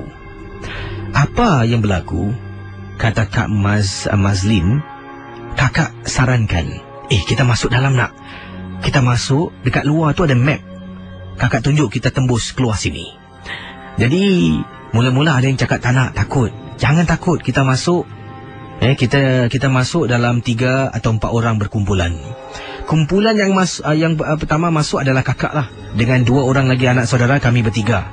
Masuk dalam kisi, setengah jalan, belum penuh pun. Sebab kita kata, nanti kalau kita dah masuk setengah jalan, kita akan telefon, yang grup yang satu lagi ni baru masuklah belakang kita. Setengah jalan masuk, belok sebelah kiri, nampak pondok kisi. Para pendengar Ria 897. Dalam malam, kawasan tu dah lah gelap. Hanya bertemankan cahaya bulan saja. Nampak ada pondok yang pertama. Tempat pondok tu ada bangku. Dekat bangku tu kisi, ada perempuan sedang duduk. Kakak terus terhenti, anak saudara 2 orang pun terhenti. Kalau kakak dengan kumpulan anak saudara nak masuk beramai-ramai dah takut, macam mana perempuan ni boleh duduk situ sorang-sorang? Kakak pun kata, kita pusing. Pusing balik keluar. Kita keluar balik, yang lagi mereka yang lain tanya, kenapa? Tak boleh lah, dalam banyak anjing. Kakak bohong lah. Kita patah balik, pergi ke barbecue pit. Yang lain baru ceritakan pada yang lain yang tak tahu. Meremang bulu rumah kisi, tapi tak tahulah adakah itu seorang manusia ataupun sebaliknya, kata Kak Mazlin, yang kami nampak dekat pondok di Pasir Ris Swamp. Terima kasih. Selamat tengah malam, Kisi. Ini Encik Osman berkongsi pengalaman beliau. Kata Encik Osman, saya bertugas sebagai seorang pengawal keselamatan, ada 2 shift lah. 7 pagi 7 malam ataupun 7 malam 7 pagi. Dan kadang-kala bertugas waktu malam ni yang sikit licin. Sebab selalunya bangunan ni tidak beroperasi, kantin tutup. Nak pergi beli makan, tak ada kedai yang dekat, kata Encik Osman. Jadi malam-malam hari kalau isteri tak masak ataupun lupa nak bawa bekal, alamat kata sampai kerja mesti kelaparan. Tapi mujurlah, di tempat saya bertugas ni, seringkali ada makcik ni akan datang jual nasi bungkus di waktu malam hari. Kadang-kadang dia dengan suaminya akan kayu basikal. Dia satu basikal, suaminya akan kayu satu basikal, akan jual nasi bungkus. Jadi benda ni akan berterusan lah untuk hampir setiap malam. Tapi ada malam-malam tertentu, mungkin kalau hujan tak akan nampak mereka, ataupun kalau mereka penat tak akan nampak lah. Dan selalunya saya akan bertanya, kalau mereka tak nampak malam seterusnya, saya akan malam berikutnya mereka datang tu akan tanya. Mereka akan kata penat dan tak lalu sini dan sebagainya. Jadi bila saya sedang bertugas, kata Encik Osman, tengah lapar Kisi, Tiba-tiba nampaklah ya makcik yang disebutkan ni. Makcik ni jalan. Kemudian dia ketuk tingkap. Saya pusing ternampak makcik ni. Saya rasa gembira sangatlah. Perut ni tengah bunyi kisi. Teman saya pula malam tu tidak bertugas kerana cuti sakit. Saya terpaksa jaga seorang. Jadi ini lagi menyebabkan saya tak ada makan. Kalau ada teman pun sedikit sebanyak bolehlah suruh dia keluar sekejap, cabut pergi beli makan. Jadi bila saya keluar, saya kata pada makcik ni yang saya tanya ada apa. Dia kata macam biasalah. Jadi saya belilah. Dan hairan kisi, malam tu bila saya beli, makcik tu tak nak ambil duit dari saya. Jadi saya tanya, asal makcik? Tak apa. Ni tinggal bilin sikit makcik hantar kau. Makcik tahu kau lapar. Itulah yang saya ingat makcik tu kata, yang dia tak nak ambil duit. Sebab ada beberapa paket bilin ni dia kasih saya. Jadi dia kata dia dah tak boleh jual, dah penat nak balik. Jadi saya tanya, cik, asal hari ni tak naik basikal? Dia pusing, dia diam, tak cakap apa-apa. Tak apalah, orang dah kasih. Dia kasih saya tinggal 2 bungkus kisi. Saya ambil 2-2 tu, bawa masuk dalam. Saya buka, saya makan. Makan sampai kenyang. Kemudian, paginya selepas subuh, saya makan satu lagi paket yang bilin lah. 3 hari kemudian, saya bertugas malam lagi. Kali ini saya nampak pula suami berbasikal. Bunyi loceng, kring. Saya keluar, bang. Suaminya datang. Saya kata nak nasi 2. Saya dengan sahabat saya kat dalam ni nak makan. Dia pun beri. Kemudian saya tanya, bang, mana ada lama tak nampak bang? Semalam 3 hari lepas baru saya nampak isteri abang jual nasi kat saya. Dia tak naik basikal. Abang gimana? Pakcik ni tiba-tiba terhenti tengok saya. Dia kata isterinya sekarang sedang dalam keadaan sakit tenat di ICU, tak sedarkan diri. Saya kata, bang, 3 hari lalu bang. Dia kata, betul. Dah masuk 5 hari isterinya duduk di ICU kerana ketika beliau dan isteri berbasikal, ada kemalangan isterinya jatuh dan terhentak belakang dan kemudian terus jatuh sakit tak sedarkan diri. Bila saya dengar, saya teringat apa yang saya makan saya tak tahulah kisi. Tapi dah 2 bungkus saya makan. Harap-harap benda tu adalah makanan yang biasa. Bukanlah yang menjijikkan lah. Bila pakcik tu kata isterinya dalam hospital, saya tak percaya. Dan bayangkan kisi, sampaikan saya kata pada Cik Osman kata, pada pakcik ni, saya nak pergi menziarahi isterinya yang sakit. Saya datang dengan isteri saya kisi. Memang betul, dekat ICU kisi, tak sedarkan orang. Encik Osman berkongsi pengalaman beliau. Dan katanya beliau, beberapa tahun yang lalu, antara tempat yang beliau suka memancing dan selalu ke sana adalah sebuah kawasan dipanggil daerah Punggol N. Kata Encik Osman, Kisi, apa kabar semua? Pendengar-pendengar rancangan MJ12. Saya tinggal di Singapura bahagian Sengkang. Saya ni gemar memancing. Sejak berpindah di Sengkang dan sejak saya diperkenalkan tempat memancing dekat kawasan Punggol, saya kerap ke sana seorang diri. Kalau saya ke sana, saya akan berbasikal dengan berbekalkan beg haversack yang ada perkakas-perkakas memancing, termasuklah 2 batang joran. Bila saya memancing tak kira waktu, tapi selalunya kata Encik Osman, beliau akan keluar memancing pada waktu malam. Ini kerana malam tak ada terik matahari, jadi lebih selesa untuk memancing.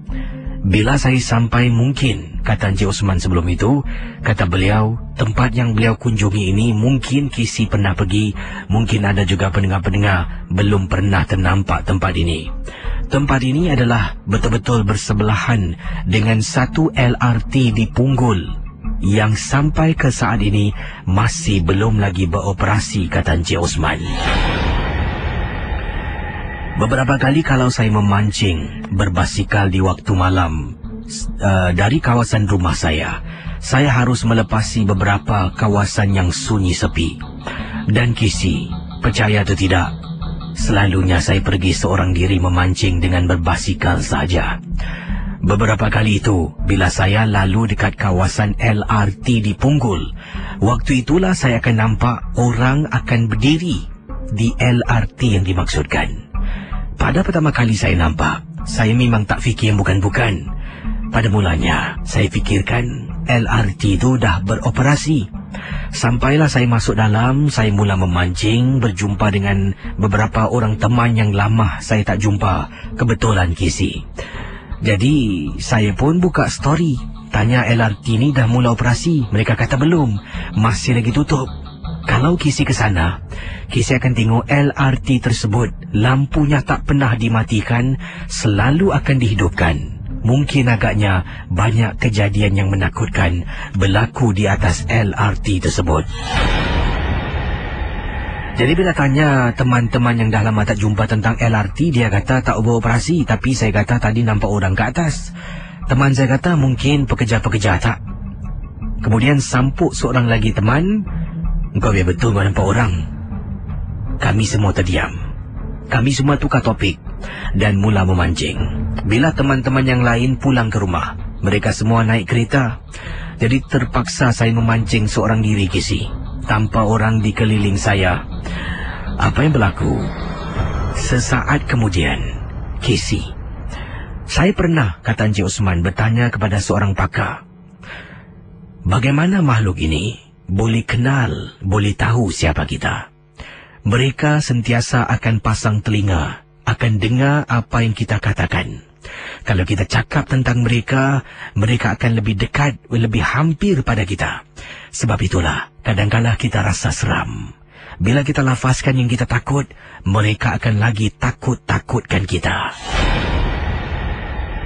Jadi Kisi, sedang saya memancing seorang diri dekat kawasan Punggol. Malam yang sunyi, hanya saya seorang saja di sana. Tiba-tiba saya terdengar suara perempuan memanggil-manggil nama saya 2 atau 3 kali.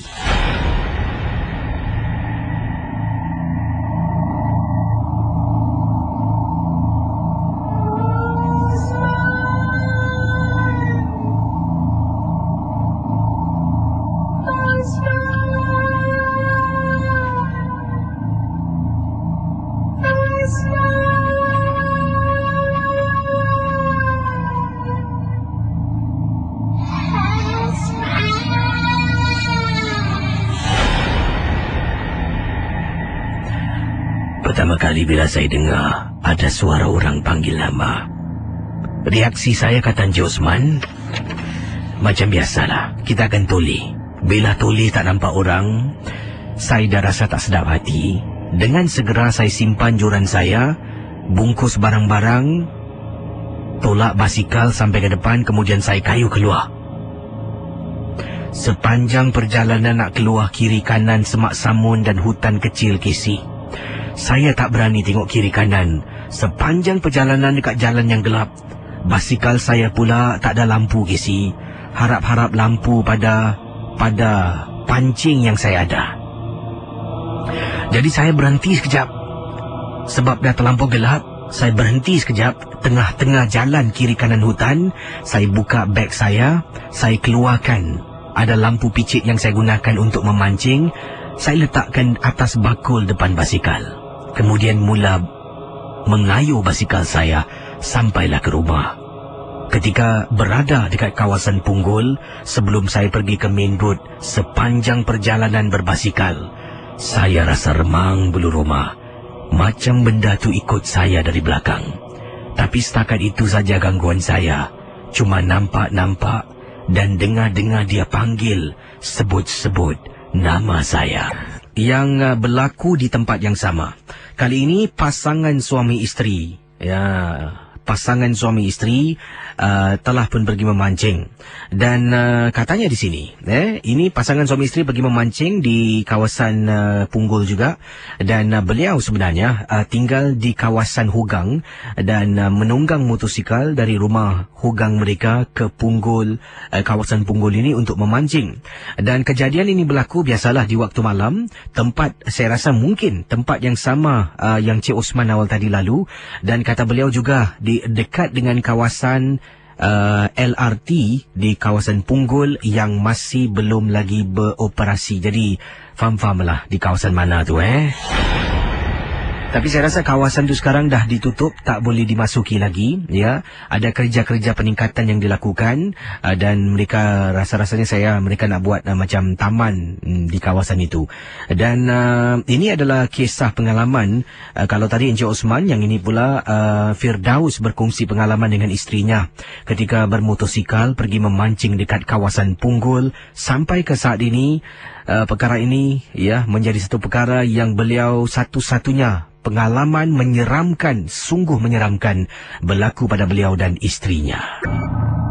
Baik teman, berikut ini ada seorang pendengar nama Firdaus kirimkan email, katanya, apa khabar KC dan juga para pendengar peminat rancangan Misteri Jam 12. Sebelum saya mulakan kisah saya nak ucapkan terima kasih kerana sudi membaca kiriman email, dan saya dengan isteri memang setiap malam kalau kami terdaya akan kami dengar rancangan MJ12 bersama dengan KC. Terima kasih diucapkan juga pada anda Firdaus dan isteri anda. Pengalaman yang saya nak ketengahkan ini berlaku beberapa tahun yang lalu, tahun 2003. Saya pergi memancing dekat kawasan Punggol, Kisi. Kisah yang menakutkan ini menghantui saya dengan isteri. Waktu itu, Kisi, kalau tak silap saya dekat pukul 11 malam. Bila saya menunggang motosikal dekat Punggol. Kalau Kisi tahu, di sana ada satu stesen LRT yang tidak beroperasi. Banyak cerita saya dengar tentang kisah stesen LRT tersebut. Tapi saya bukan nak ceritakan tempat itulah. Tempat yang saya nak ketengahkan adalah tempat dalam perjalanan nak pergi memancing. Daripada stesen LRT itu, saya harus belok sebelah kanan untuk masuk lebih dalam lagi. Bila belok sebelah kanan, jalan yang akan saya gunakan ini adalah jalan, bukan jalan yang betar. Maksudnya jalan ini adalah jalan tanah dengan lopak-lopak, lekuk-lekuk dan sebagainya. Bila saya menunggang motosikal, antara kiri kanan tu ada semak samun dan ada hutan yang kecil. Tiba-tiba tengah-tengah tu isteri saya tegur, "Bang, berhenti." Saya pun berhenti. Saya toleh belakang, tanya isteri, "Ada apa?" "Bang, nampak bang ada itik bang." Saya toleh, saya dengan isteri, "Entah, tak tahulah," kata Firdaus. "Kami berdua tak fikir yang bukan-bukan. Sebab seumur hidup tak pernah nampak hantu, tak pernah berdepan dengan hantu. Sebab itulah kami berdua tak fikir yang bukan-bukan." Jadi saya berhentikan kenderaan saya, berhentikan motor saya. Isteri saya dengan saya tengok sebelah kiri. Betul, Kisi, dalam gelap nampak sama-sama putih-putih seekor itik macam tengah jalan di antara celah-celah semak samun dekat kawasan Punggol yang saya nak pergi pancing.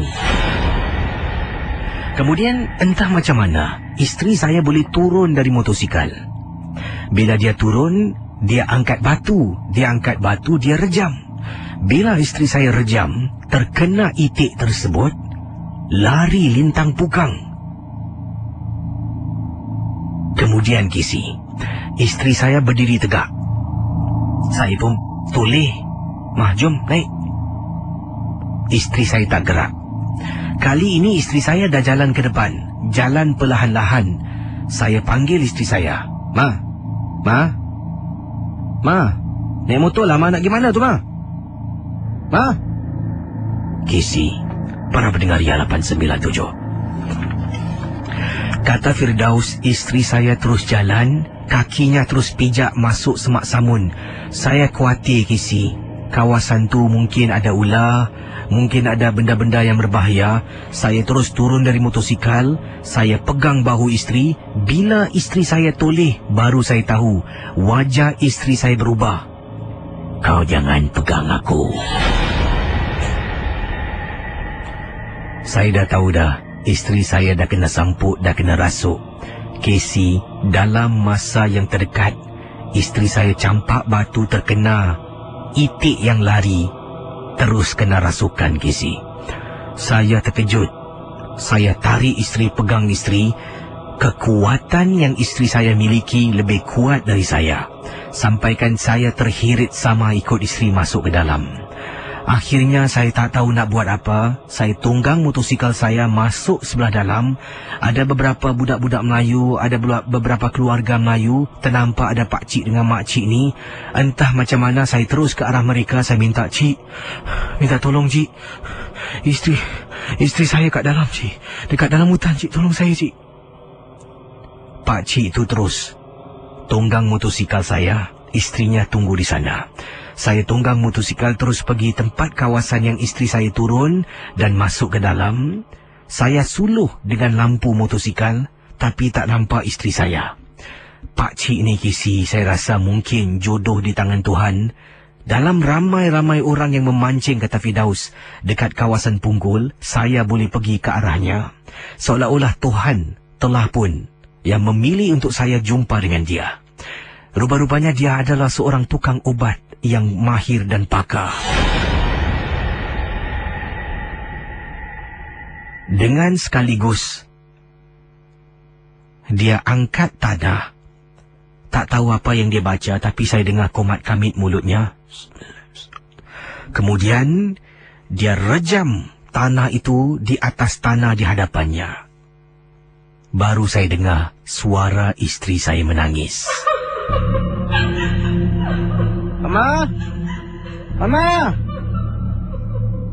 Saya dengan pakcik masuk dalam.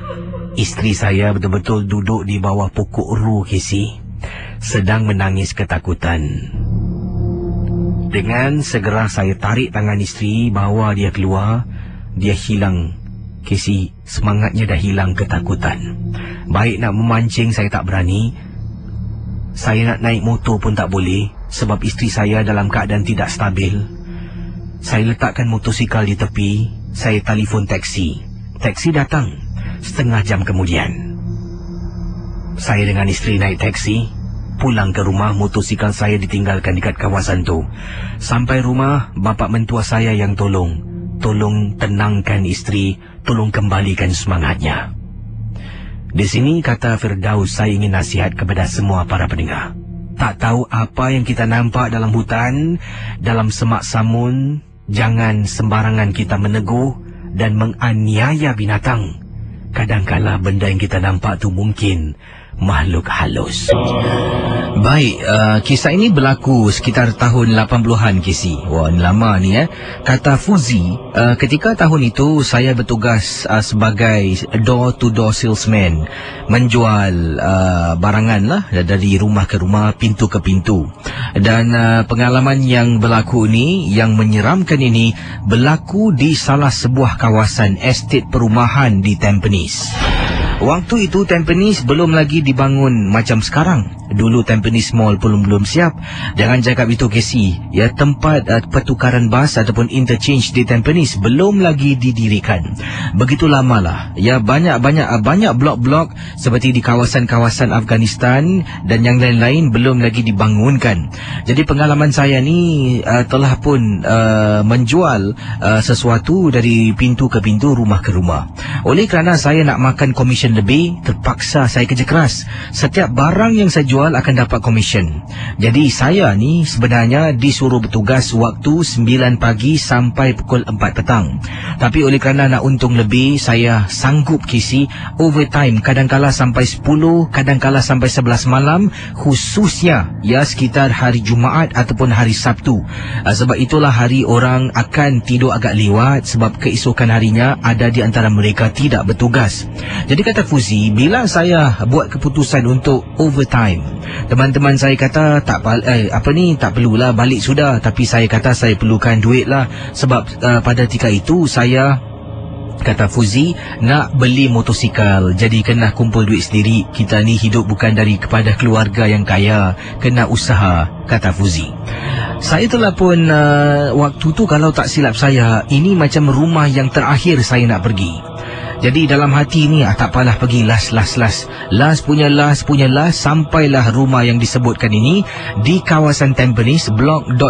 saya tak nak sebutkan. Bila sampai ni, rumah ni di tingkat paling bawah, iaitu tingkat 2 dekat Tampines. Ya, saya selalu bermula dari tingkat atas dan pergi ke pintu sampailah saya turun ke bawah. Rumah ini rumah paling hujung. Saya jalan saja depan rumah ni, rumah ujung sekali kosong, tak ada penghuni. Rumah yang kedua ni lah, saya nampak Casey ada beberapa selipar, 1 atau 2 kalau tak silap Fuzi. Jadi saya ketuk pintu beberapa kali. Ketuk pintu sebab dalamnya saya dengar ada orang macam menonton TV. Lampu tu macam kelap-kelip macam orang tonton TV. Ketuk beberapa kali, Assalamualaikum. Ketuk, rumah orang Melayu kita lah. Sebab yang saya nampak ni di luar rumahnya, ya, ada katanya di sini apa ni? Oh, di luar rumahnya ada tergantung kain, kain yang digunakan untuk solat, kata Fuzi. Beberapa kali saya ketuk tak buka, mungkin mereka tak naklah saya mengganggu mereka. Jadi kata Fuzi, okey, ini part scary sikit Saya pun tinggalkan rumah tu, mungkin saya mengganggulah, tengok jam nak dekat pukul 11. Saya pun keluar. Daripada depan pintu tu ada sedikit ruang, saya ghostan ke belakang untuk masuk koridor dan pusing nak turun tangga. Bila saya lalu depan koridor, kata Fuzi. Para pendengar Ria 897 FM. Saya lalu depan koridor, saya rasa tepi sebelah kiri saya adalah tingkap. Mungkin, kata Fuzi, itu tingkap adalah tingkap bilik. Tiba-tiba tingkap tu terbuka sedikit. Lepas tu, kau datang rumahku. Kenapa? Saya pada mulanya terkejut sekejap. Saya pusing. Oh, makcik, saya ada jual barang, cik. Barang yang saya jual, Kisi, adalah minyak wangi. Minyak wangi lelaki, minyak wangi wanita. Saya kata saya ada jual minyak wangi. Makcik nak beli tak? Saya jual dengan harga murah sangat. Makcik tu berbual lagi. Lama-kelamaan, saya dapati ada sesuatu yang tak kena tentang rumah yang disebutkan. Kata Fuzi, bila saya tengok dekat tingkap, ada orang tampal stiker. Stiker ejen rumah. Siapa yang berminat untuk dapatkan rumah ni, telefon ejen. Baru saya tahu rumah ni rumah kosong. Bila saya sedar, kata Fuzi, saya tengok balik dekat tingkap yang terbuka sedikit. Makcik tu dah hilang.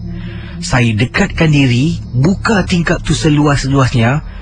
Kisi, bilik tu kosong, tak ada katil, lantainya lantai biasa, simen biasa, almari pun tak ada.